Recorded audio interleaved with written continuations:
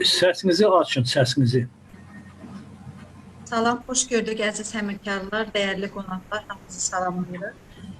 Bugün biz yeni növbəti tədbirimizdə görüşürük. Bugünkü tədbirimizin mövzusu iqtisadi qərarların verilməsində kognitiv xətalar və onların davranışda təzahürü mövzusundadır. Bizim seminarın məruzəçimiz UNEP-in Kognitiv İqtisadiyyat Tədqiqat Mərkəzinin rəhbər müavini, Amerika Birləşmiş Ştatlarının Auburn Universitetinin Agrobiznes və eksperimental iqtisadiyyat üzrə asistan professoru Samir Hüseynovdur. Və Samir müəllimə söz verməmişdən qabaq sözü UNEP Kognitiv İqtisadiyyat Tədqiqat Mərkəzinin rəhbəri Mansur müəllim Bərxudarlıya vermək istəyirəm. Buyurun, hörmətli Mansur müəllim. Çox sağ olun Rəna xanım. Bizim tədbirimizi belə yüksək səviyyədə təşkil etdiyiniz və yayımladığınız üçün sizə dərin təşəkkürümü bildirirəm. Azərbaycan Dövlət İqtisad Universitetinin tarixində tədqiqat mərkəzlərinin fəaliyyət göstərməsi bu çox sevindirici bir haldır. Kognitiv İqtisadiyyat Mərkəzinin fəaliyyətində gəldiksə onu deyə bilərəm ki, bu mərkəz artıq 2 il yarımdır fəaliyyət göstərir. Doğrudur, onun təxminən il yarımı pandemiya dövrünə təsadüf etdi. Amma pandemiya dövrünə təsadüf etsə də biz fəaliyyətimizi saxlamadıq.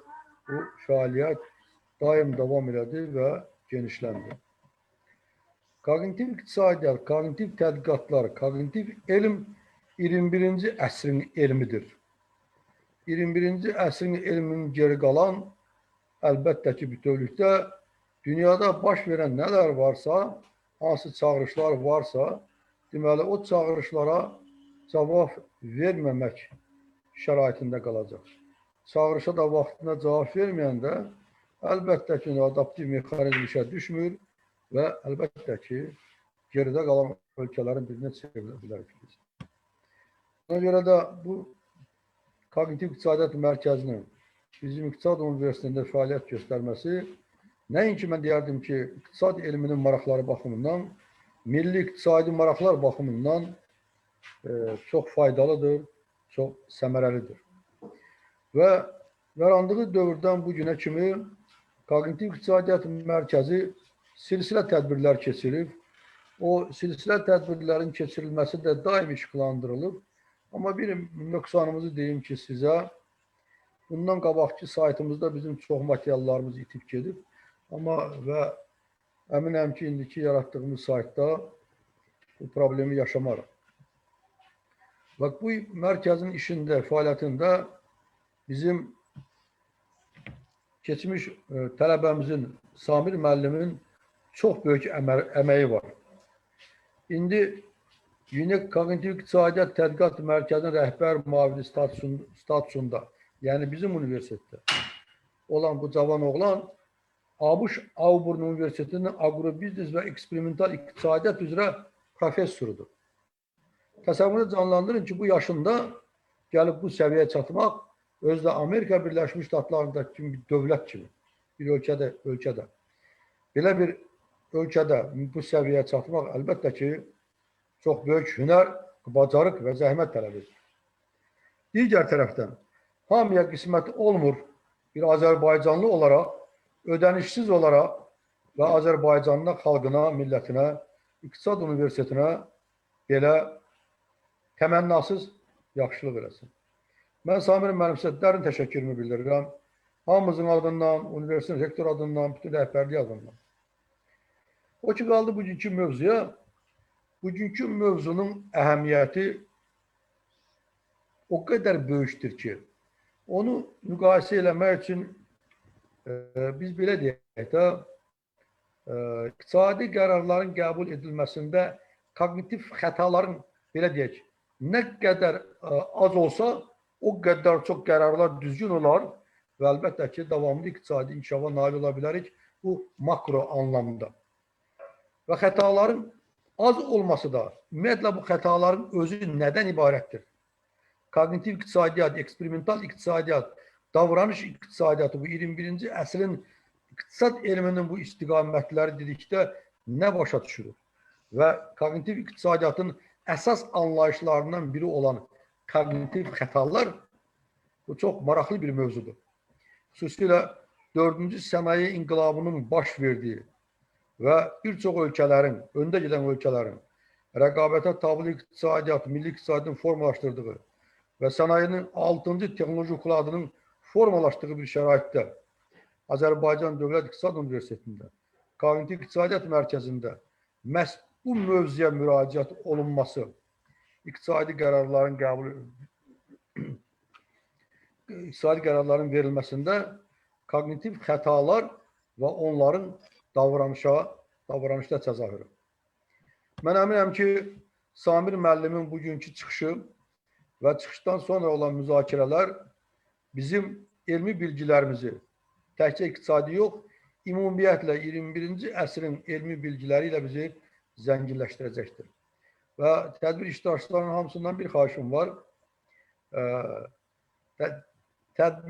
Samir müəllimin çıxışından sonra belə gözəl şəkildə, yığcam şəkildə sualları versinlər və suallara da o reglamenta belə deyək, uyğun hərəkət etsinlər. Yəni konkret, qısa bir şəkildə çox vaxtını almayaq Samir müəllimin. Buyurun Samir müəllim, söz sizindir. Rəna xanım, buyurun.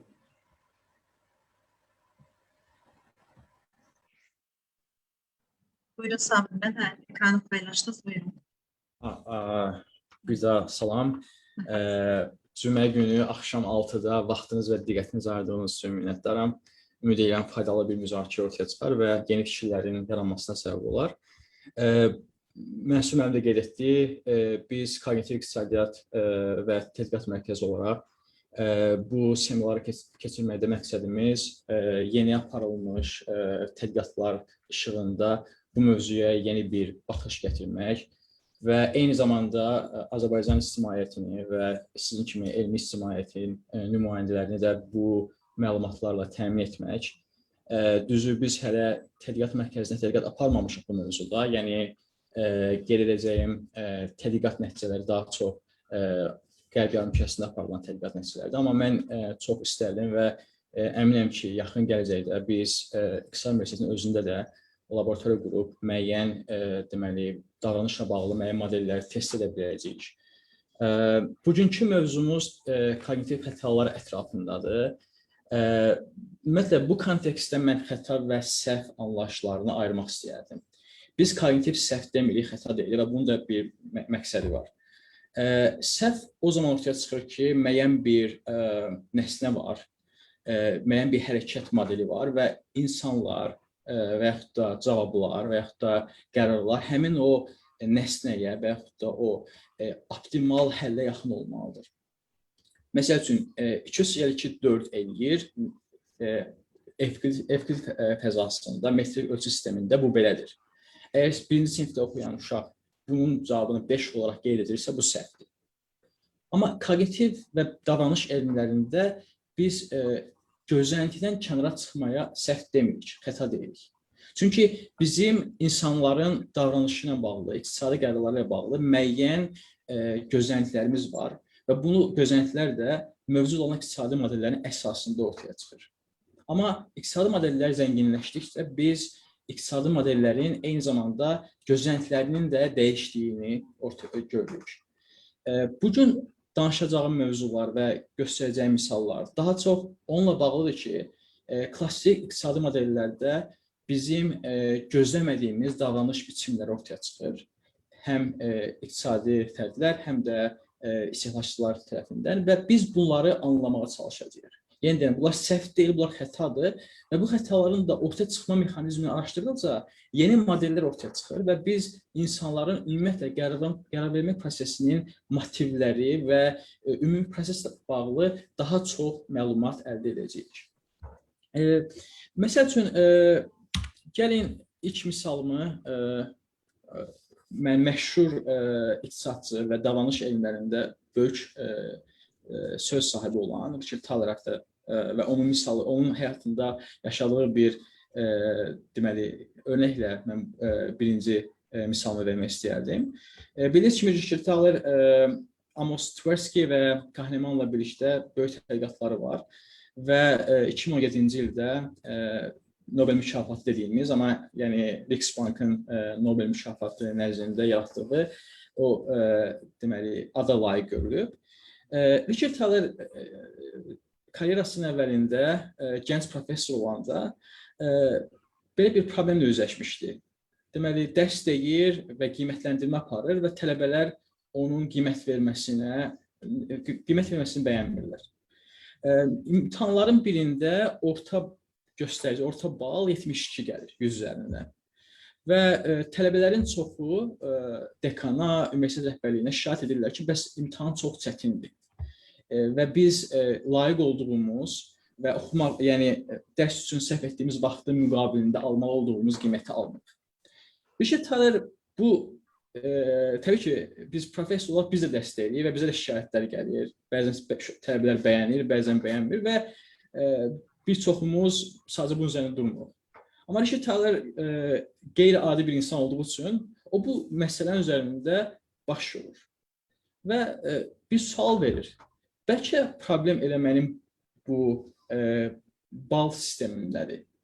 Yəni, bəlkə 100 ballıq bal sistemi özü-özlüyündə problemdir. Və növbəti imtahanlarda Richard Thaler deyir ki, bəs bu imtahanda mən qiymətləndirmə sistemini dəyişirəm. Artıq maksimum bal 137-dir. 137 bal, 120-137 bal civarında bal toplayan tələbələr 5 alacaq, yəni A alacaq və s. Və bu imtahanın nəticəsi 96 gəlir, yəni ortalama bal. 96 da 137-nin 70%-dir. Yəni, ikinci imtahanda ortalama göstərici birinci imtahana müqayisədə daha aşağı olur. Amma heç bir tələbə şikayət etmir. Yəni, çox sadə bir dəyişiklik etməklə xətti, yəni bu riyaziyyatda bunun qarşı olur ki, xətti dəyişmək. Ballandırma sistemini, qiymətləndirmə sistemini xətti dəyişməklə tələbələri daha razı salır. Bəs bu səbəb sual çıxır. Niyə görə tələbələr ikinci bal sistemində demək olar ki, eyni nəticə əldə etsələr də şikayət etmədilər? Burada bir neçə ehtimal var. Birincisi, əgər 100 ballı sistem varsa və siz 72 bal almışsınızsa, tez avtomatik 72% almışam. Bu da yaxşı deyil. Amma 137 bal sistemində 96 alandan sonra onu faizə keçirmək beyində dərhal çətindir. Və görünür ki, tələbələr tənbəllik etdiklərindən o sadə riyazi hesablama etməyiblər və heç şikayət etmək ehtiyacı da duymayıblar. Buna görə də məsəl üçün hal-hazırda bir çox yerdə hətta bəzən 500-1000 ballıq sistem edirlər. Yəni ki, çünki bilirsə 100 ballı biz çəkili əmsallarını dəyişib istənilən şəkildə sala bilərik. Əsas ki, proporsiyalar dəyişmir. Bu sadə misal göstərir ki, iqtisadi ümumiyyətlə qərarların verilməsində framing, yəni məsələni qoyma biçimimiz olduqca böyük təsirə sahibdir. Riyazi baxımdan biz bunu isbat edə bilmərik. Çünki 100 bal və ya 137 bal sistemi iki halda da eyni nəticəni verir. Riyazi modelə qayıtsaq, heç bir davranış dəyişikliyi olmamalı idi. Amma görünür ki, əslində biz çox sadə bir dəyişiklik etməklə davranış sistemində müəyyən bir dəyişikliyə səbəb olur. Və bu dəyişiklik xətadır əslində. Yenə deyirəm, səhv deyil, xətadır. Çünki biz bunu gözləmirdik. Amma gözləmədiyimiz bir davranış biçimi bunun nəticəsində çox kiçik bir dəyişikliyin nəticəsində ortaya çıxmış oldu. Və bunu genişləndirə bilərik. Əgər bütün davranış biçimləri kiçik dəyişikliklərə belə adekvat, bəzən də qeyri-adekvat şəkildə cavab verirsə, bəlkə də biz geri qayıdıb bütün fundamental məsələlərə yenidən baxmalıyıq. Elə deyil. Məsəl üçün, iqtisadiyyatın bizə öyrətdiyi ən əsas, belə deyək də, bazı prinsiplərdən biri maddi stimuldur.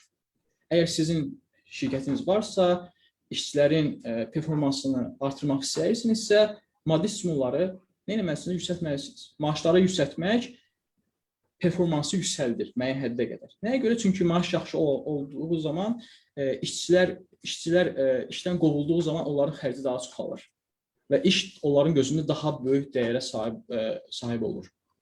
Amma bəzi bir çox hallarda bu belə olmur. Mən bugün bununla bağlı da misal göstərmək istəyirəm. Yəni, maddi stimulla hər şeyi həll etmək mümkün deyil. Çünki insanların sosial varlıq olaraq digər qeyri-monetar motivləri də mövcuddur. İkinci misalımı İsraildən verəcəm. Bizim İsraildən dediyiniz qonağımız var. Bəlkə onun üçün də maraqlı olar.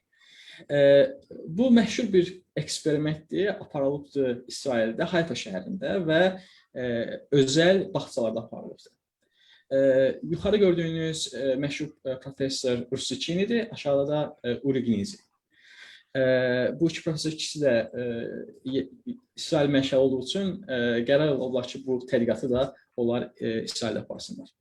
Və bu tədqiqatın çox maraqlı bir motivi var. Biz bilirik ki, əgər övladı olan varsa, bağçaya qoymaq məcburiyyətindəsiniz, təbii ki, işlədiyiniz üçün və axşam 5-də uşağı oradan bağçadan götürmək lazımdır. Və ümumi bir yazılmamış bir qanun var ki, 5-də götürmək lazımdır bu qədər. Yəni ki, gecikmək yaxşı deyil. Amma istənilən halda bəzən valideynlər gecikir, bəzən yolda, nəqliyyatda tıxac əmələ gəlir, müxtəlif səbəblərdən 5-10 dəqiqə gecikmə baş verir. Və təbii ki, uşaqları gec götürdüyümüz zaman bağçadan oradakı müəllimlər də evə gec gedirlər. Yəni, onlar da həyatına mənfi təsir göstərmiş olur. Bu iki iqtisadçı düşünürlər ki, bəs biz cərimə tətbiq etməklə bu gecikməni aradan qaldıra bilərik. Çünki iqtisadi modeli bizə deyir ki, əgər belə deyəndə xəta varsa, biz bunu cərimə etməklə həmin o xətalı davranışı belə deyəndə cəzalandırmaqla onu aradan qaldıra bilərik. Və əgər bu düzgündürsə, onda bu iki iqtisadçı belə bir maraqlı təcrübə eləyir. Onlar həmin bu bölgədə Hayfada olan özəl bağçaları iki qrupa bölür. Bir qrupda heç bir dəyişiklik etmirlər 5-ci həftədə. İkinci qrupdakı bağçalara isə belə bir qayda gətirirlər ki, 10 dəqiqə geciksəniz, deyək ki, hər 10 dəqiqə $5 cərimə olacaq. Yəni, uşağı 10 dəqiqə gec götürsəniz, $5 verəcəksiniz cərimə olaraq, 20 dəqiqə geciksəniz, $10 və bu minvalla artacaq. Və bunların ümid buydu ki, motivasiya buydu ki, bu nə olacaq? Gecikmənin qarşısını alacaq. Mavi xətlə gördüyünüz həmin bu cərimənin tətbiq olunduğu bağçalardır və orada olan gecikmə saylarıdır. Gecikən valideynlərin sayıdır. Qırmızı isə kontrol qrup, yəni ki, bura heç bir şey etmirlər ki, bu ikisi arasındakı effekti ölçə bilək. Gördünüz ki, cərimələr tətbiq olunandan sonra gecikən valideynlərin sayı artır. Yəni, haradasa 2 qat artır. Və bu da maraqlı bir nəticə ortaya çıxarır. Axı, biz bunu iqtisadi nəzəriyyə ilə gözləyə bilmirdik. Çünki əgər bir hərəkət cərimələnirsə, iqtisadi fərdlər davranışlarını optimala yaxınlaşdırmalıdırlar. Amma biz görürük ki, əksinə, valideyn deyir ki, madam ki, mən pul verə bilirəm, mən gecikə bilirəm. Mənə görə imkanım var, qoy gecikim. Yəni, burada nə edirik? Biz burada o gecikmiş valideynin o hissetdiyi o utanmaq mı deyim, o nöqsan hissinə bir maddi bir qarşılıq qoyuruq. Və maddi qarşılıq qoyduğumuz zaman artıq biz həmin o hissi öldürür, o utanmaq və yaxud da belə deyim, yəni o müəllimlərin qarşısında çəkinmə hissini bir maddi bir stimula çevirdiyimiz zaman biz görürük ki, insanlar buna fərqli şəkildə reaksiya verir. Və onlar 18-ci həftədə bu cəriməni qaldırırlar. Yəni, artıq cərimələr nə kontrol, nə də bu həmin eksperimental qrupda olmur. Və gördüyünüz kimi 17-ci həftədən sonra da gecikən valideynlər artıq pul verməsələr belə bu davranışlarını davam etdirirlər. Məncə, bu çox maraqlı bir misalda o baxımdan ki, səhv yöndə tətbiq olunmuş maddi rıçaqlar əslində bəzən gözləmədiyimiz nəticələri verə bilər. Və bu, ümumiyyətlə, dövlət siyasi qərarların verilməsində də olduqca böyük əhəmiyyət kəsb edir. Məsələn, cərimələr bilirsiniz kimi, yəni inzibati sistemin hər zaman ən çox sevdiyi bir alətdir. Çünki həm büdcə üçün əlavə gəlirdi və eyni zamanda insanları mənfi haldan çəkindirmək üçün yaxşı bir vasitədir. Amma bu misalda gördüyümüz kimi bu rıçaq özünü doğrultmur. Başqa bir misal. Bildiyiniz kimi ətraf mühitlə bağlı qayğılarımız ildən-ilə artır. Qlobal istiləşmə və bu kimi fəsadlar hər il biz artıq öz həyatımızda da hiss edirik və bu kontekstdə plastik deyək ki, qablaşdırma məhsullarının, qablaşdırmaların yəni təzədən emala cəlb olunmasının əhəmiyyəti artır. Bir çox ölkələrdə, yəqin ki, Bakıda da var, məsəl üçün, müxtəlif konteyner qoyulur. Əgər sizin plastik qab varsa, deməli, tullantılarınız arasında onu ayırmanız sizdən xahiş olunur. Və bunun üçün sizə heç bir ödənmə tələb, yəni heç bir ödənmə verilmir. Çünki sizdən gözlənilir ki, duyumlu və həssas bir fərd olaraq siz heç bir mükafat gözləmədən bu plastik şişə olsun, adi şişə olsun və digər qablaşdırma məhsullarını müxtəlif konteynerlərə qoyaraq təbiəti qorumada dövlətə və ümumilikdə cəmiyyətə kömək edəsiniz. Amma bir eksperiment aparılıbdır və göstərilir ki, orada əgər biz buna hər bir plastik qabın geri qaytarılması üçün 5 sent və yaxud da 10 dollar sent belə etsək, onda insanlar artıq bu işi etmirlər. Çünki o maddi mükafatı qoymazdan əvvəl onlar bu işi tamamilə altruistik motivlərlə edirdilər. Siz düşünün ki, bir professor çox, deyək ki, bu işlər həssasdır, hər səhər ayrı, məsələn, 10 dəqiqəsini sərf edir, o tullantı məhsullarını ayırır. Və o bunu etdiyi üçün zövq alır, çünki düşünür ki, o heç bir maddi qarşılıq olmadan cəmiyyət üçün faydalı bir iş görür. Amma siz sabah onun o gördüyü hərəkətə, o aktda bir maddi biçim etmiş olsanız, artıq onun gözündə həmin aktın ülvülüyü aşağı düşür və bir sadə bir sövdələşməyə dönür. Və nəticə ortaya çıxır ki, insanlar belə olan halda həmin o yaxşı işləri görməkdən çəkinirlər. Yəni, başqa bir misal, yenə eksperimental iqtisadiyyatın maraqlı nəticələrindən biridir. Məsəl üçün, deyək ki, siz yolla gedirsiniz, qonşunun evinin önündən keçirsiniz və baxırsınız ki, yeni bir divan alıbdır qonşunuz və onu evinə aparmağa çalışır. Sizdən xahiş edir ki, kömək edək mənə. Təbii ki, vaxt dəyərlidir, amma təbii ki, siz orada ona kömək edəcəksiniz. İkinci bir senari ağlınıza gətirin ki, qonşu sizə 10 manat çıxarır verir. Deyir ki, bax, mən sizə 10 manat verirəm, gəl mənə kömək edin. Təbii ki, bu halda siz ona bu kömək etmək istəməyəcəksiniz. Çünki sizin köməyinizin əslində maddi qarşılığı olmamalı idi. O, sizin gözünüzdə kömək və yaxud da birinə yardım etməyin 10 manatdan daha böyük dəyəri var. Bəlkə də o, həmin hərəkətə maddi bir don geydirmək özü sizin üçün bir təhqirdir. Yəni, bu dediklərindən əsas məqsədim odur ki, iqtisadi modellərin bizə aşıladığı rıçaqlar bir çox halda işə yaraya bilər və bu hallarda, yenə deyirəm, gözləmədiyimiz davranış biçimləri ortaya çıxır və bu da xətalardır, səhv deyil. Çünki insanların davranışının bir neçə motivasiyası var. Sosial və yaxud da altruistik, iqtisadi modellərin ilkin versiyalarında həmin motivlər nəzərə alınmırdı. Amma hal-hazırda davranış modelləri, eksperimental iqtisadiyyatın inkişafı ilə biz artıq yeni davranış qatlarını öyrənirik və bu zaman bizim önümüzə gözləmədiyimiz, yəni ki, homo economics'dən gözləmədiyimiz davranışlar çıxır və biz də bunu çox sadə yolla izah etməyə çalışırıq ki, bəlkə də homo economics özünün də uğurlu bir model deyil. Günün sonunda biz hamımız homo sapiens, yəni ki, homo sapiens olaraq biz müəyyən motivasiyalara sahibik. Başqa bir misal, yenə cərimələr barəsində deyəcəm və bu misal mənim xoşladığım misallardan biridir. Xüsusən Bakıda da bu böyük problemdir. Yəni, qırmızı işıqda dayanan sürücülərin daim siqnal çalması. Hindistanda da böyük problemdir, xüsusən də Mumbai kimi böyük şəhərdə. Mumbai polisi bununla bağlı çoxlu eksperimentlər, çoxlu pilot layihələr aparıb, cərimələr tətbiq olunmağa çalışılıb, amma heç bir fayda verməyibdir. Həmin mühitdə cəriməni tətbiq etmək özü çətindir. 100-150 maşın bir keçiddə dayanıbsa və 20 saniyə ərzində o cərimələri həmin sürücülərə vermək, yerində təsbit etmək özü-özlüyündə böyük problemdir. Və günün sonunda Mumbai polisi belə bir qərara gəlir ki, gəlin biz bu işə cərimə ilə yox, başqa bir metodla çözüm gətirməyə çalışaq.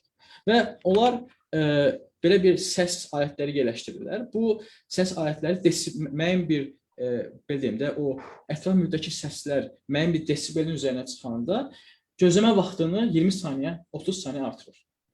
Yəni, hamı dayanıbdır. Əgər bir maşın siqnal çalırsa, 20 saniyə qaldığı halda birdən 40 saniyə olur. Siqnallar çalındıqca bu vaxt artmış olur. Yəni, Mumbai polisi bununla cərimələri, yenə də burada bir cərimə var. Amma buradakı cərimə monetar deyil, vaxt cəriməsidir. Və təcrübələr göstərir ki, bu halda siqnal çalan sürücülərin ümumiyyətlə faizi olduqca aşağı düşür. Yenə həmin məsələyə qayıdıram. Cərimələr bəlkə də bir çox hallarda maddi olaraq, bəlkə başqa şəkildə olsa daha effektli olar. İkinci tip əqli xətalar və yaxud da kognitiv xətalara misal əqli mühasibatdır. Əqli mühasibat və yaxud da mental accounting deyirlər ingilis dilində, olduqca çox maraqlı nəticələri var. Bildiyiniz kimi, iqtisadi nəzəriyyədə belə bir anlayış var ki, money is fungible. Yəni ki, fungible sözünü bizim deyir. Yəni ki, məsələn, $5 digər $5 arasında fərq yoxdur. Elə deyil. Yəni, istənilən halda $2-5 qoysanız yana, sizin büdcəniz var deyək ki, sizin $10 büdcəniz var. Əslində pullar arasında fərq olmamalıdır. Amma biz görürük ki, əslində insanlar büdcəsindəki müəyyən o hissələrə müxtəlif, belə deyim də, əvvəldən gözləntilər tətbiq edirlər. Və bu, sonradan müxtəlif davranış xətalarını ortaya çıxarır. İndi gəl misal verim, yəqin ki, misal verəndə nə demək istədiyim anlaşılacaq. Belə bir təcrübə aparılır, daha doğrusu tələbələrə belə bir senari verilir və onlardan bu senari zamanı, əgər onlar həmin senariyada olsaydılar, həmin hadisə ilə üzləşsəydilər, hansı şəkildə davranacaqları ilə bağlı sual verirlər. Demək, senariya belədir. Düşünün ki, sizin $20 var və siz kinoya gedirsiniz və bilet $10. $10 bilet alırsınız, $10 da cibinizdədir. Deməli, bilet alandan sonra, kassadan sonra gedirsiniz girişə. Girişdə birdən baxırsınız ki, bəs bileti itirmişsiniz. Cibinizdə $10 var, geri qayıdıb bilet alardınızmı? Tələbələrin haradasa 50% bəli geri qayıdıb həmin bileti alardı şəklində cavab verir. Sonra ixtisasçılar bu senariyanı dəyişdirirlər və deyirlər ki, yaxşı, indi belə bir hal nəzərdən keçirir. Sizin cibinizdə yenə $20 var. Artıq ikinci misalda kino üçün belə, yəni bilet almaq lazım deyil. Girişdə $10 verməklə deməli içəri keçə bilərsiniz. Girişə yaxınlaşırsınız və müəyyən olur ki, $10 itibdir. Cibinizdə $10 var. Həmin o ikinci qalan $10 verib kinoya girmək istəyərsinizmi? Bu zaman bəli, girmək istəyərəm deyənlərin faizi 80% olur. Yəni, əvvəlki ssenariyə müqayisədə 20% artır. İqtisadi modelləri tətbiq edəndə bu iki hal arasında əslində fərq yoxdur. Yəni, birinci halda siz $10 vermişsiniz, əlinizdə bilet var, amma yenə cibinizdə $10 var, bileti itirmişsiniz və sual olunur ki, həmin $10, cibinizdə qalan $10 verib kinoya girmək istəyərsinizmi? İkinci halda da yenə cibinizdə 2 dənə $10 var, birini itirirsiniz, digərini verib, sual verir ki, digərini verib kinoya getmək istəyərsinizmi? Burada bəs sual ortaya çıxır. Maddi baxımdan fərq olmasa da, insanlar niyə buna fərqli yanaşırlar? Cavab budur ki, əgər siz bilet almışsınızsa artıq, o cibinizdə bir bilet var, bir də 10 dollar var. Həmin 10 dollar sizin gözünüzdə başqa bir şey üçün artıq nəzərdə tutulubdur. Siz mental olaraq, əqli mühasibatınız cibinizdə qalan o 10 dollara fərqli bir rol təyin edir. Və siz girişdə birdən ortaya çıxır ki, siz biletinizi itirmişsiniz, həmin ikinci dolları, 10 dolları artıq xərcləmək istəmirsiniz. Çünki sizin artıq beyniniz həmin 10 dollara başqa bir funksiya, başqa bir nəsni almaq üçün həmin 10 dolları nəzərdə tutur. Amma ikinci misalda, hansı ki, sizin 2 dənə 10 dollarınız var idi girişdə və birini itirmiş olursunuz, həmin halda siz artıq o aydın mental fərqləndirməni etmirsiniz. Həmin halda money is fungible deyirlər. Yəni ki, pullar arasında fərq yoxdur. Amma birinci halda pullar arasında fərq var idi. Çünki artıq bileti alanda siz o ikinci 10 dollar üçün fərqli bir rol öz deməli kognitiv dünyanızda təyin etmiş olursunuz. Sizə fikirləşsəniz, buna oxşar şeyləri siz özünüz də bilirsiniz. Yəni, aylıq büdcəniz var, müəyyən bir büdcənizin müəyyən bir hissəsini, müəyyən bir xidmətlər üçün, məhsullar üçün nəzərdə tutmuşsunuz və baxırsınız ki, o əslində siz eyni zamanda o pulları da bir-birinə ayırırsınız. Yəni, övladınız üçün ayırdığınız 10 dollar ilə deyək ki, başqa xidmətlər üçün ayırdığınız 10 dollar arasında fərq var. Maddi olaraq eyni olsa da, mental olaraq siz onları fərqli görürsünüz və onları bir-birinə qarışdırmaq istəmirsiniz.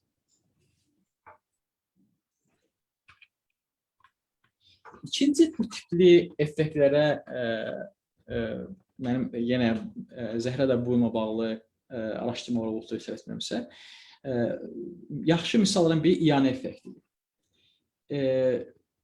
Bu İngiliscə endowment effekt gedir. Mən endowment sözü yəqin ki, iyanə sözünə uyğun gəlir, amma bəlkə bu uğurlu bir tərcümə deyil. İyanə effektinin belə deyək də, əsas məntiqi buna ibarətdir ki, biz sahibləndiyimiz şeylərə daha çox dəyər veririk. Təbii ki, burada qeyri-adi bir şey yoxdur. Elə deyil. Yəni ki, əgər bir kitab mənimdirsə, bir qələm mənimdirsə, o baxmayaraq ki, başqa qələmlərdən çox da fərqlənmir. Amma bizim gözümüzdə onun əlavə bir dəyəri var, əlavə bir yeri var. Və bu, müəyyən olur ki, iqtisadi sövdələşmələrdə olduqca böyük təsirə malikdir. Bunu ayırmaq üçün belə bir iqtisadi təcrübə aparılır. Deməli, təcrübə iştirakçılarına fincan verilir. Fincan, bildiyiniz fincan, yəni fərqli bir şey yoxdur, üzərində sizin adınız yazılmayıbdır, sadəcə bazarda olan fincanlardan biridir. Və onlarda sual verilir ki, birinci qrupa, biz sizə fincan verdik, bu sizindir artıq. İndi sualımız budur ki, bu fincanı siz neçəyə satmaq istəyirsiniz? Yəni, əgər mən sizdən bu fincanı alsam, nə qədər sizə ödənmiş etməliyəm? İkinci qrupa isə yenə eyni fincanı gətirirlər və deyirlər, baxın, bizdə belə bir fincan var. Bu fincana nə qədər deməli, pul verərdiniz? Və üçüncü qrupa isə deyirlər ki, siz bir fincan var, bir də pul var.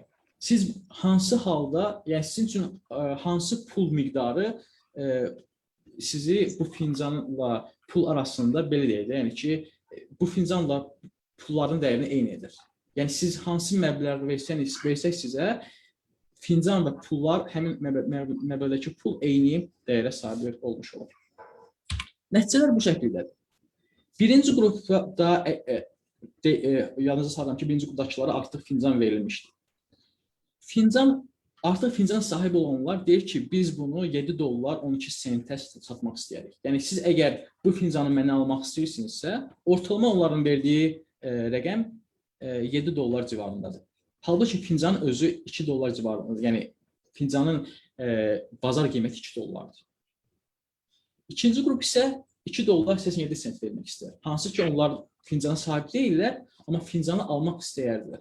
Üçüncü qrup isə 3 dollar 12 sent verir. Bu birinci qrup hansı ki, fincana sahibdirlər. Biz buna, bu fərqə, birinci və ikinci qrup arasındakı fərqə iyanə effekti deyirik. Yəni ki, sizin sahib olduğunuz əşyaların sizin gözünüzdə olduqca böyük dəyəri var və bu əslində bir çox hallarda iqtisadi sövdələşmələri də özlüyündə bəzən dalana aparır. Çünki bildiyiniz kimi, əgər sizin gözünüzdə nəslənin dəyəri onun bazar dəyərindən yüksəkdirsə, təbii ki, siz həmin halda həmin bu məhsul üçün daha çox, belə deyək, daha çox məbləğdə pul tələb edəcəksiniz. Amma alıcı üçün isə onun dəyəri bazardakı olan dəyərdir. Və bu iki dəyərləndirmə fərqi bir çox hallarda müəyyən sövdələşmələrin belə deyək, yəni ki, baş tutulmasına səbəb olur. Bunu siz eyni zamanda sahib olduğunuz evə də şamil edə bilərsiniz.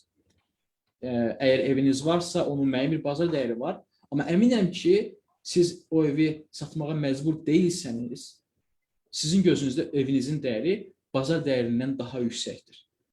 Çünki o sizindir, orada xatirələriniz var, onunla bağlı pulla qiymətləndirilə bilməyən dəyər var sizin gözünüzdə və ona görə də siz hər zaman bazar dəyərindən daha çox məbləğdə pul istəyəcəksiniz o evi satmaq üçün. Yenə deyirəm, bu kognitiv xətadır, amma səhv deyil. Nəyə görə səhv deyil? Çünki biz bunu izah edə bilirik. Bu iki qrup arasında dəyərləndirmə fərqi $5 yaxındır hardasa, $4.50 civarındadır. Bunun fərqinin ortaya çıxmasını biz insan psixologiyası ilə izah edə bilirik. Və yenə deyirəm, bu səhv deyil, bu sadəcə bizim Homo sapiens olmağımızdan irəli gələn bir nəticədir. Yenə davranışdakı kontekst, yəni kontekstin davranışlarımıza təsiri ilə bağlı başqa bir misal vermək istəyirəm.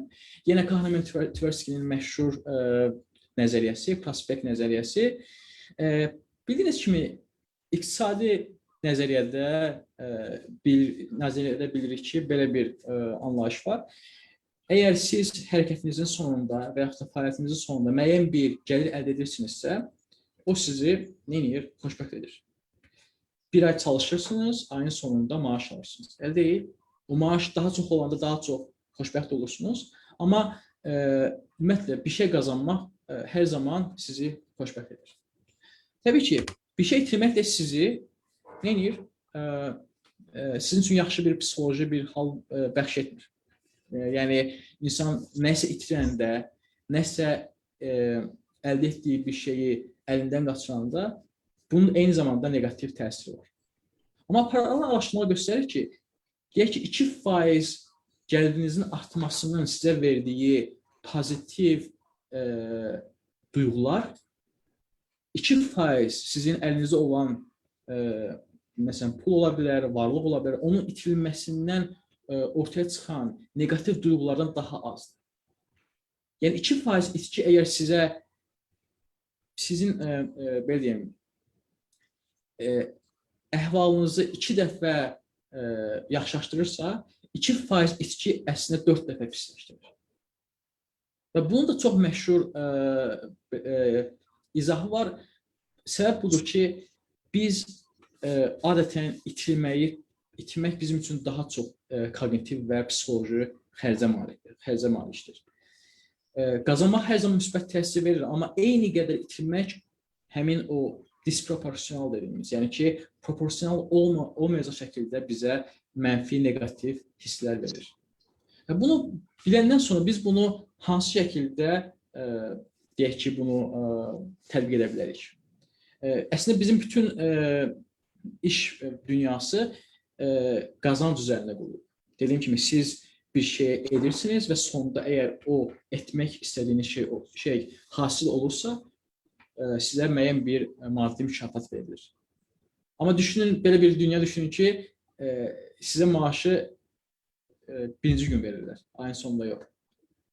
Və sizə deyilir ki, ayın sonuna qədər bu işlər görülməsəniz, o maaşın 10%, 20% sizdən alınacaq. Və bu davranış elmi bizə deyir ki, ikinci halda siz işçidən daha yüksək performans görəcəksiniz. Çünki siz onu last domain, yəni ki, itki domeyninə salırsınız. İtkilər hər zaman daha çox negativ işli olduğu üçün insanlar daha belə deyim, daha aktiv olur və həmin halda daha çox performans göstərirlər. Bunun digər, burada qoymuşam mı? Yox, qoymamışam. Maraqlı bir, bununla bağlı bir təcrübə aparılıbdır. John List tərəfindən və onun həmməlifləri. John List Chicago Universitetinin professorudur və davranış iqtisadiyyatı üzrə dünyada ən məşhur professorlardan biri sayılır və yəqin ki, yaxın 10 il ərzində o da Nobel mükafatı alacaq. Onlar belə bir eksperiment aparmışdılar. Demək, Chicago məktəblərinə gedirlər və imtahandan əvvəl bir qrupa onlar gözləmirlər bunu və onlar deyirlər ki, əgər imtahanda 80 və yuxarı bal alsanız, yaxşı bal nəticə göstərsəniz, sizə $1 verəcək. İkinci qrupa isə $2 deməli söz verirlər. Üçüncü qrupa isə $20 verirlər imtahanın başlanğıcında və deyirlər ki, əgər siz lazımi nəticəni bizim dediyimiz 80 min, 90 manat o eksperimentin detallarına görə dəyişir. Həmin nəticəni əldə etməsəniz, $20 sizdən geri alacaq. Və nəticə olur ki, hansı qrupa ki, orada $20 vermişdilər imtahandan əvvəl, orada tələbələr daha çox nəticə göstərir. Çünki bir şey itirmək hissi o qədər böyük bir negativ emosiyaya sahibdir ki, bizə o qədər mənfi emosiyalar verir ki, insanlar həmin halda daha çox səy göstərirlər itirməmək üçün. Yəni biz bəzi hallarda biz motivasiyamız olmur, bir şey qazanmaq istəməyə bilirik. Amma itirmək hər zaman olduqca böyük bir negativ xərcə malikdir. Üçüncü misalım isə, deməli, başda mövzular tullanıram. Deməli, belə bir yanınıza salın. Biz başladıq müzakirəyə və ilk misallarım onunla bağlı idi ki, davranışlarda xətaların ortaya çıxmasının birinci səbəblərindən biri deməli, o iqtisadi qərar vermə prosesində bəzi dəyişikliklər etmək. Çox sadə dəyişiklik etməklə biz bunu müşahidə edə bilirik. Məsəl üçün, o imtahan bal sistemi 100 ballıq və yaxud 137 bal misalında olduğu kimi. İkinci nəticəmiz budur ki, maddi stimullar hər zaman gözlənilən nəticə vermir. Çünki insanların digər psixoloji və sosial qayğıları və gözləntiləri var. Onları da nəzərə almaq lazımdır. Üçüncü misallarımız daha çox insanların sahib olduğu şeylərə verdiyi dəyərlə bağlıdır. Dördüncü misalım isə dəyərləndirmə nöqtəsi. Dəyərləndirmə zamanı başladığımız nöqtə ilə bağlıdır. Bildiyiniz kimi, hər bir nəslənin bizim gözümüzdə bir dəyəri var, elə deyil. Və bu dəyər, belə deyim də, yəni ki, müəyyən bir təcrübə nəticəsində ortaya çıxmış olur. Dəyərləndirmə prosesi, yəni ictimai və iqtisadi fərdlərin müəyyən nəsnələri, məhsulları və xidmətləri dəyərləndirilmə prosesinin başlanğıc nöqtəsi olduqca böyük əhəmiyyət kəsb edir. Riyaziyyatda bəlkə də biz düşünürük ki, bu həmişə sıfır nöqtəsidir. Elə biz sıfır nöqtəsindəyik və sonra bizə bir müəyyən bir məhsul verilir və onun haqqında biz müəyyən bir məlumat əldə etdikdən sonra dəyərə sahib oluruq. Həmin məhsulla, həmin xidmətlə bağlı müəyyən bir dəyər gözləntimiz olur. Amma aparılan araşdırmalar göstərir ki, həmin dəyər nöqtəsinin başlanğıc nöqtəsi sıfır olmaya da bilər və sıfır olmayan başlanğıc nöqtəsi fərqli davranış dəyərləndirmələrinə, davranış biçimlərinə səbəb olur. Başlayın, bunu istəsini tərcümə eləməmişəm, amma mən qısaca bunu izah edəcəm. İki dənə senariya nəzərdə tutulur. Birincində düşünün ki, deməli, qar yağıb və hamı kürək almaq istəyir. Birinci senariya budur ki, deməli, bu kürəklərin nə deyirlər bizdə bu kürək? Lapatko, şabl lapatkodur. Lapatkanın deyək ki, qiyməti $20-dır, elə deyil. Və satıcı görür ki, artan tələb var bazarda, məhsulun qiymətini $20-dan $25 qaldırır. Elə düşünün ki, bunu siz öz həyatınızda görə bilərsiniz. Məsəl üçün, yağış yağır və taksilər birdən qiyməti qaldırır. və yaxud da şəhərdə bir idmanla bağlı bir yarış var və yaxud da bir tədbir var, tələb çoxdur, taksilər və yaxud da avtobuslar qiyməti qaldırır. Həmin vaxt bir istehlakçı olaraq, bir iqtisadi fərd olaraq sizdə bir etiraz yaranır, elə deyil? Yəni, nəyə görə satıcı bu vəziyyətdən sui-istifadə edir? Axı, bu etik deyil. Məsəl üçün, deyək ki, yağış çox yağıb, şəhərin bəzi hissələrində sel var, daşqın var, nasoslara ehtiyac var, elə deyil? Və bir anda nasos qiymətləri qalxır. Və sizin gözünüzdə həmin o sahibkar artıq çox mənfi bir imicə sahib olur. Çünki o, insanların başına gələn mənfi bir hadisədən əlavə qazanc əldə etmək istəyir. Elə deyil? Amma biz bilirik ki, onun buna tam haqqı var. Çünki əgər bazarda tələb artıbsa, sahibkarın buna ilk reaksiyası azad bazar sistemində qiyməti qaldırmaq olmalıdır. Çünki bildiyiniz kimi qiymətləndirmənin ilk prinsipi budur ki, istehlakçıların bir əlində olan müəyyən bir dəyəri var, bir də istehsalçıların. Əgər məhsul azdırsa, istehsalçı çalışır ki, həmin məhsulla ən yüksək dəyər biçən verən istehlakçı segmentinə həmin məhsulu satsın. Və ona görə də o bilir ki, həmin məhsulun qiyməti 20 dollardan 25 dollara qalxanda müəyyən segment bunu ala bilməsə də, həmin 25 dollara verə biləcək başqa bir segment var. Elə deyil. Yaxşı, gəlin ikinci bir senaryo nəzərdə tutaq. Deyək ki, həmin məhsulun qiyməti hər zaman 25 dollara olub, amma bunu satıcı hər zaman, belə deyək də, diskant neydi bizim burada? Yəni ki, endirim edir, bəli. Hər zaman endirim tətbiq edibdir. Və ona görə də yağış yağana qədər məhsulun qiyməti 20 dollar idi, endirimində birlikdə. Yağış yağanda tələb artır və satıcı deyir ki, bəs tələb yüksəldiyi üçün mən endirimi aradan qaldırıram. İkinci senaryoda insanlar daha az negativ reaksiya verir. Və məqsəd və düşüncə də budur ki, bu məhsulun qiyməti onsuz da 25 dollar idi. 20 dollar olaraq aldıq çünki endirim var idi. İndi tələb yüksəldiyi üçün sahibkarın haqqı var ki, endirimi aradan qaldırsın.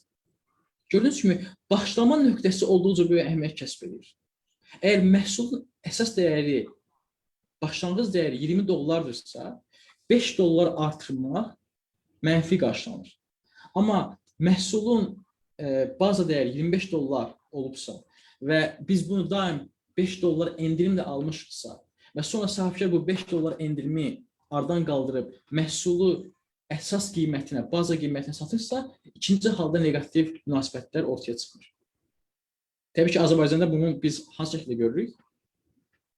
Çox məşhur misal var. Bu hər zaman tətbiq olunur. Bu o demək deyil ki, Azərbaycanda davranış elmi bilinmir. Məncə çox yaxşı bilinir. Maaşlarda premiyalı şəklində. Elə deyil. Azərbaycanda bir çox yerlərdə maaşlarda da artım premiya şəklində olur. Nəyə görə? Çünki iqtisadi problem ortaya çıxanda bir sahibkar üçün premiyanı kəsmək daha asandır. Çünki orada mənəvi motivasiya budur ki, mən sizin baza maaşınız deyək ki, 1000 manatdır, mən sizə hər ay daha artıq 200 manat verirdim. 200 manat o premiya mənim sizə verdiyim bir növ iyanə idi bu şəkildə. İqtisadi problemlər olduğu üçün mən 200 manatı verə bilmirəm artıq. Bunun digər versiyası budur ki, maaşlar 1200 dolar olur, baza maaşlar və sonra onu 200 dolar aşağı salır. Və ya da 200 manat aşağı salır, 1000 manat olur. İkinci halda negativ reaksiya daha çox özünü göstərir. Yenə deyirəm, riyazi baxımdan eynidir. Sonda siz iki halda 1000 manat alırsınız. Amma o 1000 manata gələn yol, başlanğıc nöqtəniz dəyərləndirmədə olduqca böyük əhəmiyyət kəsb edir. Və bunun üçün dediyim kimi, bundan biznes sahibləri yaxşı istifadə edirlər. Siz görürsünüz ki, hər zaman 60%, 70% endirimlər var. Çünki ola bilirlər ki, endirim etmək hər zaman daha məntiqlidir. Çünki günün sonunda əgər tələb yüksələrsə, iqtisadi şərait dəyişərsə, endirimi aradan qaldırmaq daha qəbul olunandır istehlakçının nöqteyi nəzərində. Nəinki məhsulun qiymətini artırmaq. Nə qədər vaxtımız var? Mən bir 5-10 dəqiqə danışa bilərəm, amma bu misallar çox da əhəmiyyətli misallar deyil. Yormaq istəmirəm altını. 5-ci gün axşam sizi. Yəni xanım 10 dəqiqə danışa bilərəm yoxsa? Baxın, siz necə məsləhət bizə vacib olan yerləri qeyd eləyin. Sonra keçək müzakirəyə. Onda son olaraq da bunu deyim. Bu mənim öz tədqiqatımlarından çıxan bir nəticələrdən biridir. Yəni biz hər hansı bir məhsulla dəyər biçirik bazarda. Elə deyil. Məsəl üçün birinci bir senaryo verim sizə. Sizin deyək ki, məhsul verirəm sizə. Bir piroq və bir də alma. Sizə sual verirəm, bunlardan hansını istəyirsiniz? Siz alma alırsınız, almanı seçirsiniz. İkinci misalda isə mən sizə alma və portakalı göstərirəm və bunlardan birini seçməni istəyirəm. Siz yenə almanı seçirsiniz. İqtisadi nəzəriyyə baxımından bu iki menyuda siz ikisindən də alma seçdiniz. Elə deyil. İki halda da siz almadan eyni faydalılıq almalısınız. Amma təcrübələr bunu göstərir ki, birinci halda siz almadan daha az faydalılıq alırsınız, daha az ləzzət alırsınız. Çünki siz almanı seçdiyiniz menyuda itirdiyiniz piroq idi. İkincidə isə almanı seçdiyiniz menyuda itirdiyiniz portakal.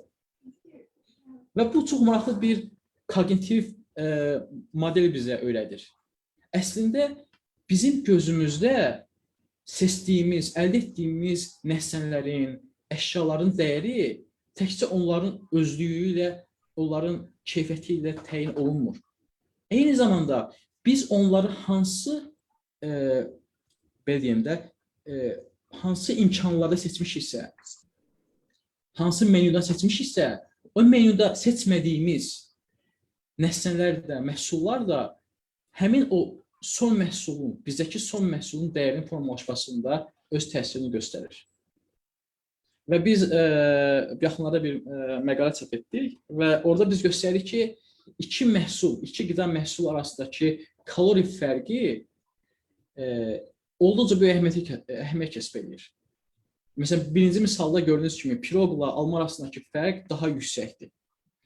Və təbii ki, əgər siz biraz azlıq hissi keçirirsinizsə, piroqa daha çox meyl edəcəksiniz. Həmin halda siz almanı seçsəniz, almadan daha az ləzzət alacaqsınız. Çünki piroqu itirmişsiniz. İkinci halda isə portaqalla alma arasındakı fərq çox olmadığı üçün almanın sonda sizə veriləcəyi faydalılıq daha yüksəkdir. Və bu da dediyim kimi klassik modellərlə bu gözləntini, bu nəticəni biz gözləmirik. Yeni modellərin işığında biz bu davranış xətalarına belə bir yeni baxış gətirə bilirik. Bu misalımı gəlin dayanaq burada. Mən görürəm ki, suallar var, suallara keçək. Ümid edirəm, müəyyən bir şəkildə məlumatlar xoşunuza gəldi. Əgər sualınız varsa və yaxud da hansısa bir dediyim nəsə bir misalla bağlı fərqli bir fikriniz varsa bildirin. Çünki dediyim kimi davranış iqtisadiyyatında 2-4 edər deyil. Hər kəsin baxışı önəmlidir. Mənim görmədiyim, sizin görə bildiyiniz çox şey ola bilər. Məmnun olardım sizin də fikrinizi eşitməkdən. Təşəkkür edirik Samir müəllim. Çox gözəl və maraqlı təqdimat üçün. Həqiqətən də insan həyatında hər gün rast gəldiyimiz bu insan davranışlarını çox gözəl təhlil elədiniz. Yəni elə bir şeydir ki, bunu bu sahənin professionalı olmayan insan belə çox böyük maraqla dinləyib, özü üçün bəzi nəticələr çıxarda bilər. Mansur müəllim, siz sözünüz vardı, buyurun. Çox sağ olun. Samir müəllim, çox sağ olun. Gözəl çıxışınıza görə, gözəl prezentasiyaya görə. Və mən istərdim ki, bizim bu müzakirələri daha çox belə deyək, başqa bir müstəvi üzərinə keçirərək davam etdirək. Yəni sizin verdiyiniz bu bilgilərdən istifadə edərək bir balaca istiqamətimizi dəyişək. Yəni bizim bilgilərin Azərbaycan cəmiyyəti üçün, Azərbaycanın sosial-iqtisadi durumuna, inkişafına təsir göstərə biləcək istiqamətdə tətbiqi xarakterli bir belə deyək, bir impuls verək. Belə deyək də sizin çıxışınız daha çox istehlakçı davranışında təzahür üzərində qurulur. Mən belə başa düşdüm. Mən istəyərdim ki, bunu bir balaca biz sürüşdürək, keçirdək istehsalçı davranışına və bunu fərd üzərində qurmayaq. Bugün qalib gəlmiş Azərbaycan xalqının, Azərbaycan millətinin, Azərbaycan dövlətinin istehsalçı davranışına təsir edə biləcək və Azərbaycanın iqtisadi inkişafına bizim bu bilgilərin nə təsiri ola bilər? Yəni, o səmtə yönətmək istərdim mən belə müzakirələrimizi. İlk əvvəl onu qeyd edeyim ki, son 4-5 ildə Azərbaycanın həyatında baş verən, xüsusilə iqtisadi həyatında baş verən köklü islahatlar Azərbaycanda davranış iqtisadiyyatının formalaşmasına çox böyük təsir göstərir. Məsələn, bir məsələni mən qeyd edeyim. Bircə məsələ. Sosial biznesin inkişafı Azərbaycanda, sosial biznesin inkişafına dövlət dəstəyi, o proqramın reallaşması və Azərbaycanda kənd təsərrüfatının inkişafına dövlət dəstəyi artıq kənddən şəhərə axının demək olar qarşısını alır. Artıq kənddən şəhərə insanlar gəlmir. Kənddən, şəhərdən kəndə insanlar köçür. Artıq istehsalçı davranışının dəyişməsi demək. Artıq Azərbaycanda ümumi daxili məhsulun formalaşmasında, onun strukturunda Abşeron iqtisadi rayonu yox, təkcə. Digər iqtisadi rayonların proporsiyası, xüsusiyyəsi artacaqdır. Və bu müşahidə olunmasıyla bu kənd təsərrüfatı sahəsində. Mənim sualım nədən ibarətdir? Bu istiqamətdə müzakirələrimizi aparırkən sualım bundan ibarətdir ki, yəni biz nəyi təklif edərik? Şəxsən Samir müəllim nəyi təklif edə bilər ki, bugün makro səviyyədə davranışı dəyişə biləcək nə təklif edə bilərik ki, bugün Qarabağ iqtisadi Qarabağın sosial iqtisadi infrastrukturunun belə deyək bərpa olunması kontekstində daha biz nələr təklif edə bilərik ki,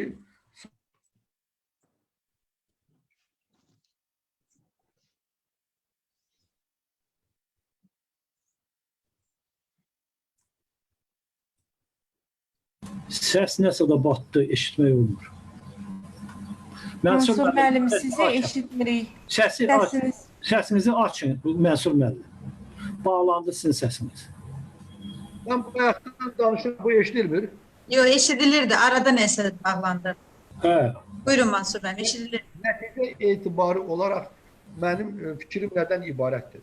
Sağ müəllim, o cümlədən də digər seminar iştirakçıları bu mövqedən çıxış edərək nəyi təklif edərdilər ki, Azərbaycanda son illərdə müsbətə doğru dəyişən istehsalçı davranışı daha belə deyək, daha davamlı olsun, daha kütləvi xarakter daşısın, daha ərazi baxımından belə deyək, bütün rayonları, bütün iqtisadi rayonlarımızı belə deyək, əhatə etsin. Bilmirəm, o eşitmədi ki, Azərbaycanda son illərdə aparılan iqtisadi islahatlar nəticəsində şəhərdən kəndə axın güclənir. O cümlədə texnoparkların yaradılması, Mənsur müəllim, texnoparkların rayonlarda yaradılması bugünkü gün Azərbaycanda təxminən 20 texnopark göstərir. Kənd təsərrüfatına, aqrar sektora dövlət dəstəyi ilə əlaqədardır. Mənim fikrim bu, biz daha nələri təklif edə bilərik ki, bu daha davamlı olsun, daha geniş əhatəli olsun. Çox sağ olun, çox geniş sualdır. Yəni, istehsalçı davranışı özü-özlüyündə böyük bir əhəmiyyətə sahibdir və bununla bağlı sahə araşdırmalar aparılır. Xüsusən də dediyiniz kimi, istehsalçıların davranışını öyrənməsindən bağlı araşdırmalar daha çox laboratoriyada aparılır. Amma istehsalçılarla bağlı aparılan araşdırmalar daha çox elə məhz yerlərdə, sahələrdə aparılır və bununla bağlı maraqlı nəticələr var. Bir neçə istiqamət deyə bilərəm. Məsəl üçün, innovativ davranışların yüksəldilməsi, innovasiya tutumlu yeni sahələrin ortaya çıxması üçün hansı stimul növləri mövcuddur? Təhsilin inkişafı, müəllimlərin performansının yüksəldilməsi ilə bağlı, bazardakı deməli tutaq ki, səhm bazarındakı alqı-satqıların ilə bağlı məsələlər var. Azərbaycan misalında problem, mənim bildiyim ən böyük problem budur ki, Azərbaycandakı bütün islahatlar lazımi maddi dəstəyə sahib olsa da, onların nəticəsi ilə bağlı ölçmə sistemi yoxdur.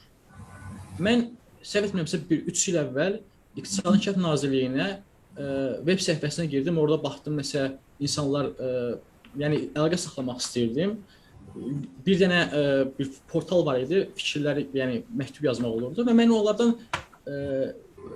onlara bir məktub yazdım ki, mən yəni iqtisadçıyam, bu məsələlərlə maraqlanıram. İstəyərdim ki, aparılan sosial proqramlar olsun, iqtisadi proqramlar olsun, onların tərkibində olun və sonda həmin proqramların qiymətləndirilməsinə bağlı bir elmi baxış gətirək bu məsələyə. Cavab almadım təbii ki. Bəlkə də onu heç kim oxumayıbdır. Amma məsələ budur ki, siz elm adamları olaraq və biz də xaricdən müəyyən dəstək edə bilərik. Dövlət qurumları mütləq islahat başlamadan əvvəl hansı meyarlar, ölçü meyarları olmalıdır ki, onların sonda performansı ölçülsün. O əvvəlcədən müəyyən olmalıdır.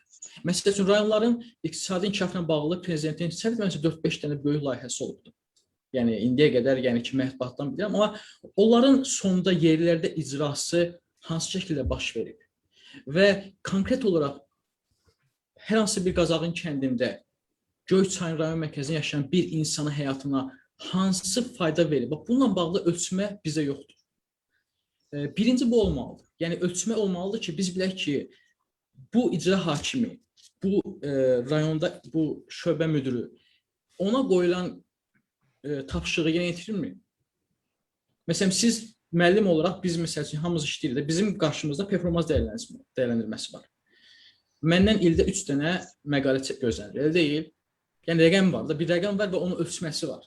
Məndən gözlənilir ki, ildə 3 dərs deyim və gözlənilir ki, mənim tələbələrimin razı qalma səviyyəsi 85%-dən yuxarı olmalıdır. Görürük ki, ancaq mən rəqəmlərdən danışıram. Konkret müəyyən olunmuş performans göstəriciləri var. Amma təəssüf ki, bizdə bu, məsələn, texnoparklar dedi Eldar müəllim. Gözəl. Bu texnoparkların ortaya çıxması məqsədi nə idi? Yəni, texnopark yaradılıbdır. Məqsəd orada, məsəl üçün, birinci 10 dənə şirkət mi olsun? 20 şirkət mi olsun? O şirkətlər hansı istiqamətdə olmalıydı? Robotics mi? Nə bilim, kimya sənayesində mi? Bu şirkətlər gələndən sonra biz onların performansını hansı meyarla ölçməliyik? Yəni, bu kimi sadə şeylər məncə birinci addım olmalıdır. Bu, təbii ki, mənim baxışımdır. Mən ölkədən uzaqdayam, tam mənzərəni görə bilməm. Sizin əlavəniz varsa, buyurun Mənsur müəllim. Amir müəllim, çox sağ olun. Mən istəyirəm icazənizlə müdaxilə edən bu məsələyə çox düzgün yanaşdınız məsələyə, çox düzgün yanaşdınız. Mən istəyirəm Çin təcrübəsindən bir balaca söhbət açım. Çində Deng Xiaoping islahatları başlayandan bu günə kimi məmurlar üçün əsas kriteriya, əsas göstərici investisiyanın cəlb olunması həcmidir. Sən ey məmur filan rayondasan, filan kətdəsən, filan regiondasan. Bir il ərzində nə qədər investisiya cəlb eləmişsən və 5 il sən burada məmurluq edirsən, idarə edənsən. 5 il ərzində nə qədər investisiya cəlb eləmişsən? Niyə investisiya məhz? Çünki investisiya artıq iş yerlərinin açılması deməkdir. İş yerlərinin açılması iqtisadi aktivlik deməkdir. İqtisadi aktivlik nəticə etibarıyla məhsul və xidmət bolluğu deməkdir. Çünki məhsul və xidmət bolluğu da nəticə etibarıyla artım yaradandır. İqtisadi artıma təsir göstərəndir və oradan da fiskal səlahiyyətin uğurlu şəkildə həyata keçməsidir. Yəni büdcənin daha yaxşı, normal şəkildə kanallarla dolması da oradan da sosial sahələrə, belə deyək, ayrılmaların mümkünlüğü, imkan genişliğini ortaya çıxardır. Bax, bu Azərbaycanda tətbiq olunsa, bu Çinin bu təcrübəsi. O çox böyük fayda verərdi. Məsələn, nə qədər icra başçıları var Azərbaycanda. Və çox doğru olaraq ki, bizim, belə deyək, dövlətimiz bugün ciddi bir şəkildə onları, belə deyək, məsuliyyəti artırmaq üçün cəza mexanizmini gücləndirir. Amma mənim fikrimcə, cəza mexanizmindən də paralel olaraq bir göstərici qoyulmalıdır. Çin təcrübəsində olduğu kimi. Nə qədər investisiya cəlb eləməlisə eləmişsən. Və Burada ikinci məsələ investor məmnunluğu anlayışı ortaya çıxmalıdır. İnvestorlar nə qədər məmnundur deyək ki, hər hansı bir regionun başçısının etdiyi əməldən. İnvestor məmnunluğu ikinci göstərici olmalıdır. Birinci investisiyanın həcmi sizin sözünüzə dəstək olaraq mən deyirəm. Və ikinci, iş yerlərinin sayı artması o nəticədir. O nəticədir. Bu nöqteyi nəzərdən eyni zamanda da dediyimiz məsələni tətbiq eləmək olar. Həm də əlbəttə ki, biz texnoparklara və onlara məsul olan şəxslər ki var, onlar üçün. Digər bir məsələ. Bugün rəqabətə tabi iqtisadiyyatın formalaşmasında davranış iqtisadiyyatın xüsusi rolu var. Çünki rəqabətə tabi milli iqtisadiyyatın əlbəttə ki, lokomotivi yüksək texnoloji sahələrin xüsusi çəkisinin ümumi milli iqtisadiyyatın strukturunda xüsusi çəkisinin davamlı şəkildə artmasıdır. Son 10 ildə, son 15 ildə, son 20 ildə bu dinamika necə görünür bizim gözümüzün qabağında, necə müşahidə olunur? Bax, bu da əlbəttə ki, belə deyək, innovasiyalı iqtisadiyyatın, bilik iqtisadiyyatın formalaşmasında əsas göstəricilərdən biri kimi sayılmalıdır. Və buna da uyğun məmurun, hər hansı bir təsərrüfat işçisinin əməyi qiymətləndirilməlidir. Dinamika var, ya yoxdur. Geriyə gedirik, ya irəliyə gedirik. Amma belə deyək ki, regionları bugün gəzəndə Azərbaycanın bütün yolları, deyək ki, sosial infrastrukturu, istehsal infrastrukturu gözlə görünəndir. Hər şey yüksəlib, yuxarı səviyyədədir.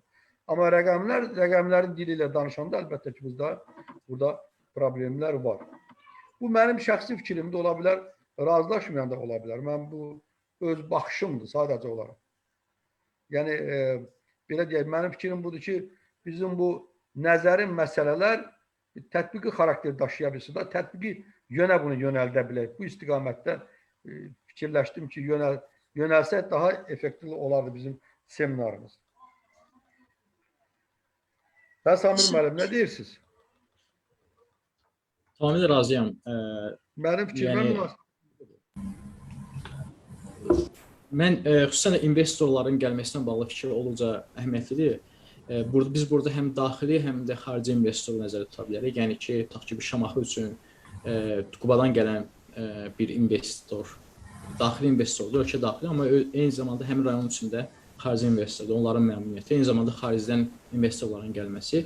Təbii ki, burada bir neçə bizim infrastruktur problemimiz var. Yəni, bank sisteminin vəziyyəti, investorların, yəni isti pulun ölkəyə giriş-çıxışındakı maneələr, investorların investisiyaları reallaşdırması üçün yerli kadrların çatışmamazlığı, yəni məsəl üçün Bakıda təbii ki, investisiya etmək asandır, çünki kadrlar boldur, yəni mühasibatı olsun, hüquqşünası olsun, iqtisadçısı olsun, elm adamı olsun, daha əl çatımlıdır. Amma rayonlara gələndə isə biz bu kadrların artıq daha bahalı olduğunu görürük. Yəni, istənilən şəxs təbii ki, Bakıdan Şamaxıya gedib yaşamaq istəyir, amma tələb etdiyi maaş daha çox olacaq.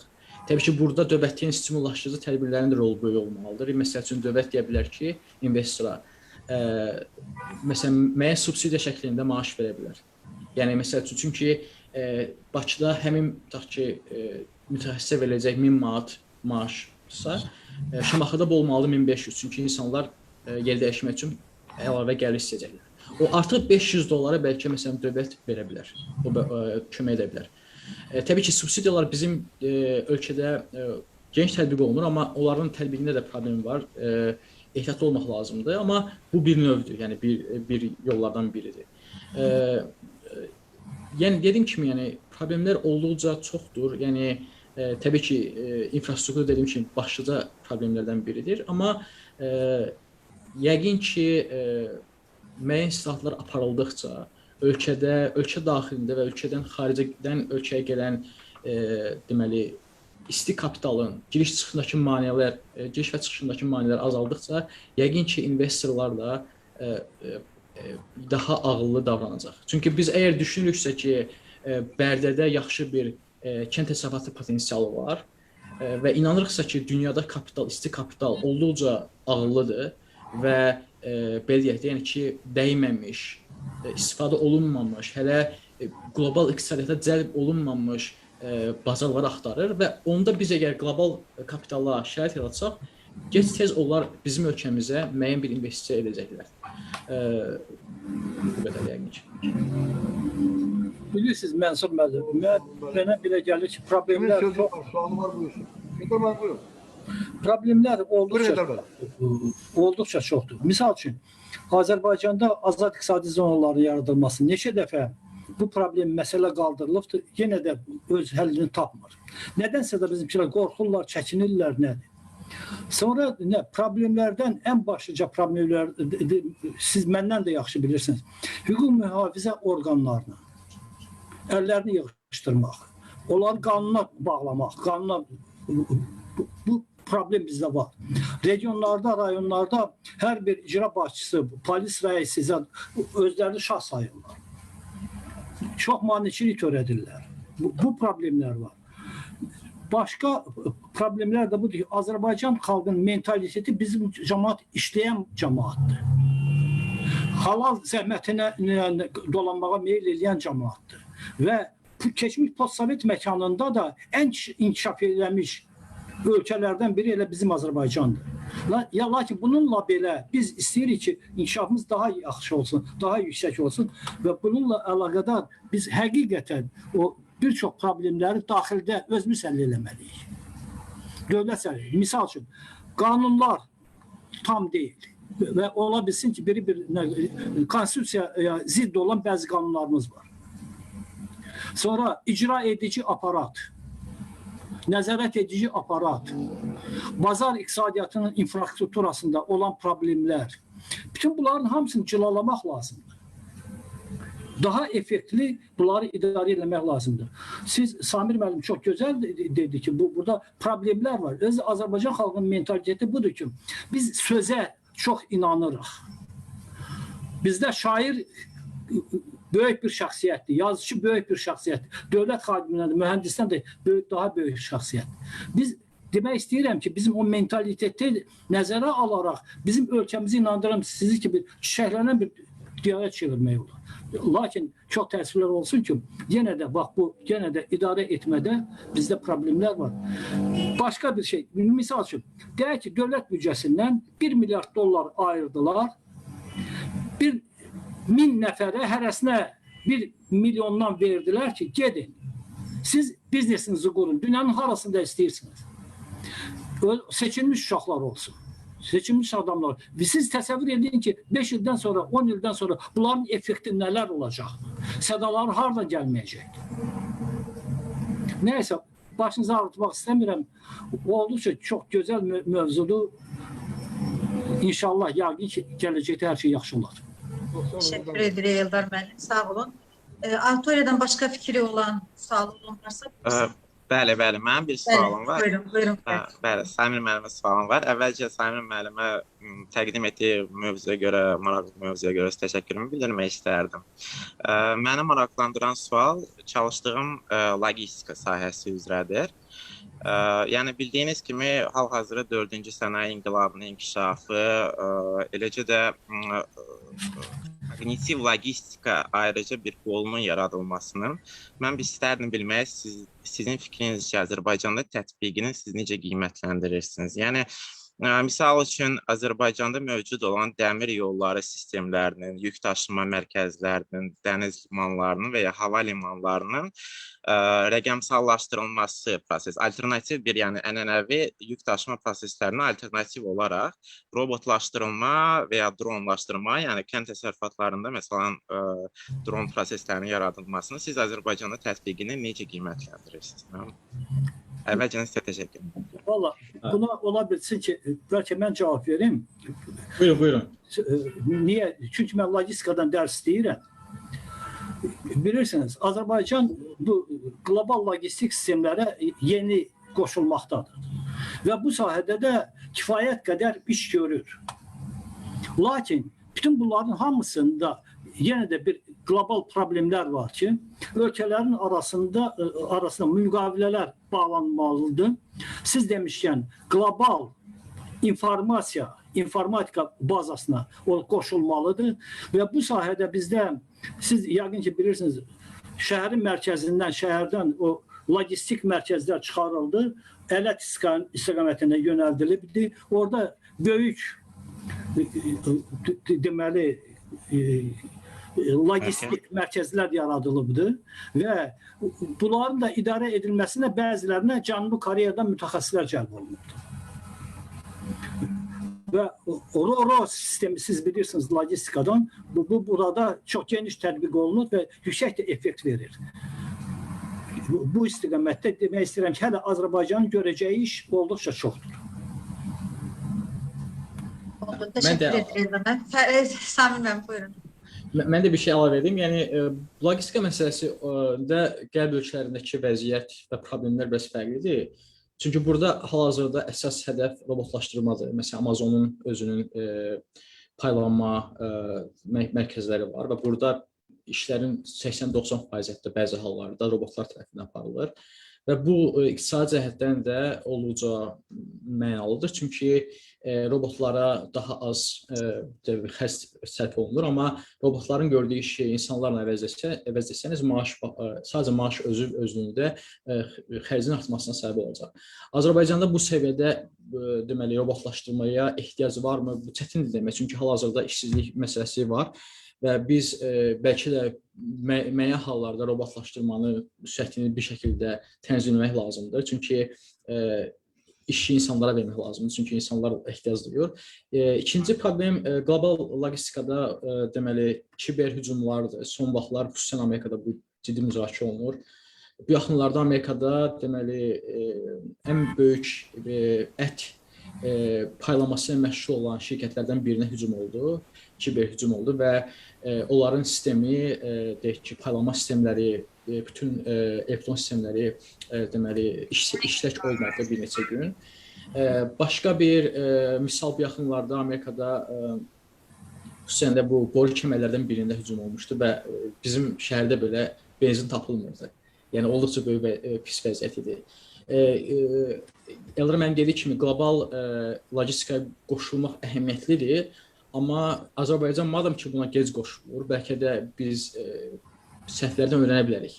Kiber hücumlara qarşı müdafiə sistemini möhkəmləndirdikdən sonra qlobal sistemə bəlkə qoşulmaq daha məqsədli ola bilərdi. Azərbaycanda bir də ən böyük problem təbii ki ölkənin paytaxtının Bakı olmasıdır.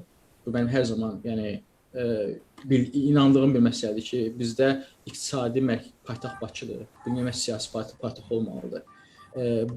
Paytaxtın başqa bir yerə cəlb olması ölkədə daxili sistemi, infrastrukturu daha da inkişaf etdirərdi. Yəqin ümid edirəm ki, yaxın 10-20 ildə bu məsələ öz həllini tapar. O da özlüyündə məhsulların və insanların axınına yeni bir keyfiyyət qatar. Bağışını uzatdım bu qədər. Fərid bəy, burada bir problem də var. Deməli, üzr istəyirəm Mənsur müəllim. Deməli, informasiya logistikasında bizdə problemlər var. Servis logistikasında problemlər var, maliyyə logistikasında da yenə də problemlər var. O ki qaldı nəqliyyat logistikasına, orada problemlər bir qədər həll olunan səviyyədədir. Əgər mümkündürsə, mən öz tərəfimdən bir əlavə etmək istərdim. Misal üçün, mənim Avstriyada işlədiyim dövrdə, yəni bildiyiniz kimi Avstriyada Avropanın logistika hub'ı sayılır, yəni tranzit ölkə sayılır və şərqdən qərbə, şimaldan cənuba bütün yüklər Avstriya boyunca həyata keçirilir. Və Avstriyada maraqlı bir şey odur ki, hər şey elektronlaşıbdır. Yəni sənədin yük daşıyıcısına verilməsi prosesi bilə əldən ələ getmir. Hər şey elektron formatda gedir və ətraf ölkələrin ümumi qanunlarının olmasına görə yük daşıma maşınları sərhədlərdə gözləmirlər, vaxt itirmirlər. Bu baxımdan məncə Azərbaycanda gərək qanunvericilikdə dəyişikliklər edilməlidir. Çünki bizdə bürokratik problemlər çoxdur. Bəli. Tamamilə düzsüz. Minlərlə maşın bir də görürsən ki, sıraya düzəlir, o problemlər vardır. Rusiyadan keçiddə də var, bizdə də var, o problemlər yaşanır bizdə. Məsələn, sözünü kəs. İqtisadi paytaxtın götürülməsi haqqında yadımızda bir neçə il bundan qabaq Azərbaycanda daha çox Bakıda yerləşən universitetlərin regiona köçürülməsi məsələsi qoyulmuşdu. Və Azərbaycanda Bakıda olan universitetlərin regionlara köçürülməsi də nəticə etibarilə həm istehsalçı, həm də istehlakçı davranışın dəyişə bilən bir, belə deyək, hadisə ola bilər, fenomen ola bilər. Mənim yadımdadır, bir neçə il bundan qabaq Türkiyədə bir neçə yerdə olmuşuq biz. Deməli, 10 il, 15 il ərzində yaranmış bir universitet, balaca bir rayonda böyük bir klaster formalaşdırır. Yəni ki, 30 min, 40 minlik bir universitet yaranır.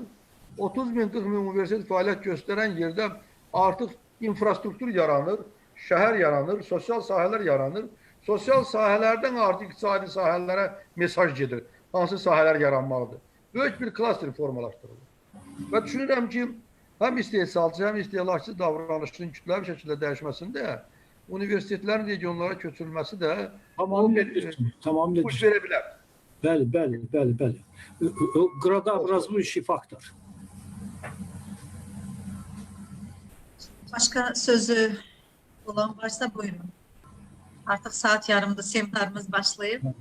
Kimin sözü varsa buyurun. Çox məhsuldar işlədik, həqiqətən də çox maraqlı idi. Sağ olun. Maraqlı idi. Sizler çok fəal idiniz. Sağ olun, təşkil elədiyinizə görə həqiqətən. Biz yaşlı nəsildə, yaşlı da olsa ancaq marağımız var belə şeylər. Yok, sağ olun. Elbette ki Artorion'dan ötürülük müzakirələr olsun. Doğrusu mən həmişə ətrafımda kollektivimiz də bilir. Samir mənim haqqında söz düşəndə mütləq Samir mənim haqqında çox xoş sözlər deyirəm. Çünki biz kifayət qədər insanlarla işləyirik, həm xaricdən, həm daxildən bilirsizlər. UNEC'də 31 Tədqiqat Mərkəzi fəaliyyət göstərir. Kifayət qədər də üzvlərimiz var, bəlkə 100-ə qədər. Amma həqiqətən də Samir müəllimin savadı, alimliyi və s. bir kənara qalsın. Yəni insan kimi çox gözəl insandır. Hər zaman da deyirəm, yəni təkcə özünə demək deyil.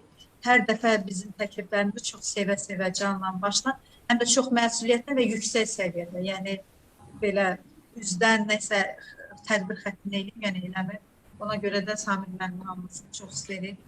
Əsl Azərbaycanlıdır. Deməli, əsl Azərbaycanlıdır. Hə, həm UNEC-in məzunudur, bizim fəxrimizdir, xaricdə bizi təmsil edir, Amerika kimi ölkədə müdafiə elədi, təbrik edirik və gələcəkdə daha çox böyük uğurlar arzu edir. Bəli, buyurun Mansur müəllim.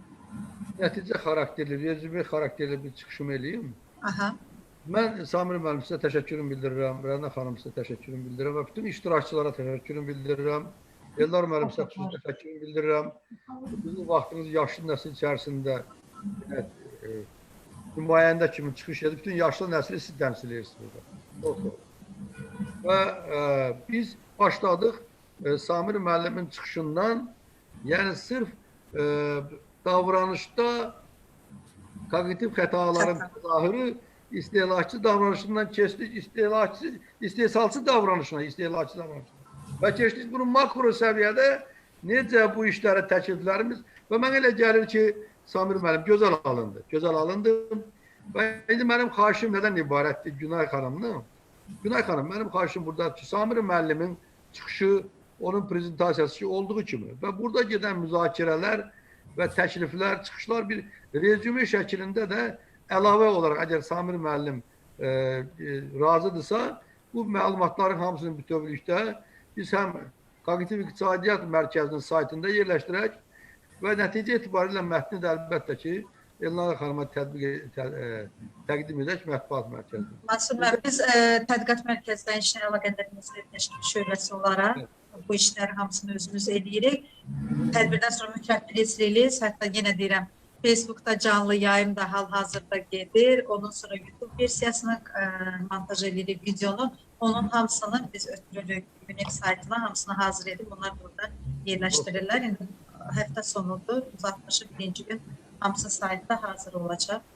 Mən öz şöbəmizin əməkdaşlarına Natman xanımda, Mələk xanımda təşəkkür edirəm.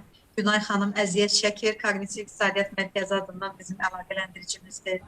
Sizə Mansur müəllim təşəkkür edirik rəhbərliyiniz üçün. İştirak edən bütün auditoriyamıza bugün Fərid müəllim tanıdıq. Esmira xanım bizdə Analitik İnformasiya Resursları Mərkəzinin rəhbəri daim bilimimizi da onun tədbiridir. Mən istəyirdim Zəhra xanıma da söz verim, amma Zəhra xanım sona qalmadı, üzrlü səbəbdən çıxdı. Zəhra Murad da İngiltərədə yaşayır, Boston Universitetində fəaliyyət göstərir. Bir əlavə məlumat vermək istəyirəm. Aha, o da həm də Kognitiv İqtisadiyyat Tədqiqat Mərkəzində üzvüdür. Əlavə məlumat, informasiya vermək istəyirəm. Bütün seminer ixtisasları həm də Samir müəllim üçün.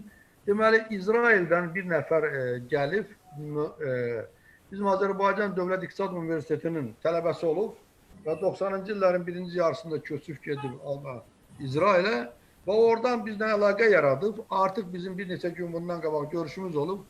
Mən Esmira xanım Əhmədova, bir də cənab Pini. Onun adı Pinidir. Yahudi mənşəli, amma Azərbaycanlı Yahudidir. Daha çox vətənini Azərbaycan sayır, nəinki İsrail.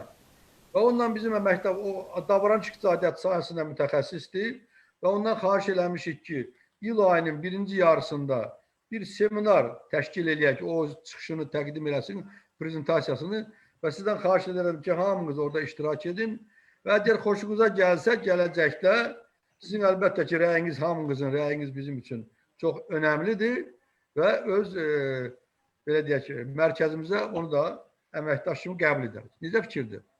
Əla, əla. Masum müəllim, sizin mərkəz dedikdə beynəlmiləl bir mərkəz olacaq, bütün ölkələrin nümayəndələri. Hamısına uğurlar arzulayırıq. Gələn dəfə də inşallah Zəhra xanımlar qapılar, yüksək səviyyədə yenə də Samir müəllimə təşəkkür edirik. Əgər icazə verirsinizsə, seminarımızı bağlayaq, artıq saat yarımından çoxdur. Həftə sonudur, bu günlərdə Masum müəllim yəqin ki, hamı iştirak elədi. Bugün bayaq da dedik, universitetdə bugün yüksək səviyyədə beynəlxalq konferans öz işini başladı. Səhər iclasla və günortadan sonra da bölmə iclaslarına davam edirdi. Ona görə bugün biraz demək olar ki, unik olaraq çox belə məhsuldar gün oldu. Bir də seminarımız. Çox sağ olun Samir müəllim. Mən arzu edirəm ki, Masum müəllim canlı olsun tədbirlərimiz. İnşallah Samir müəllimə Amerikadan dəvət edərik. Təşrif buyurar Bakıya, öz vətəninə. Belə oldu Esmira xanım, nəsə sözünüz var yoxsa? Çox sağ olun, təşəkkürümü bildirirəm. Çox sağ olun. Sağ olun. Uğurlar, hər kəsə uğurlar, sağ olun, özünüzə yaxşı baxın. Güzel həftə sonu. Sağ olun, sağ olun. Sağ olun. Çox sağ olun.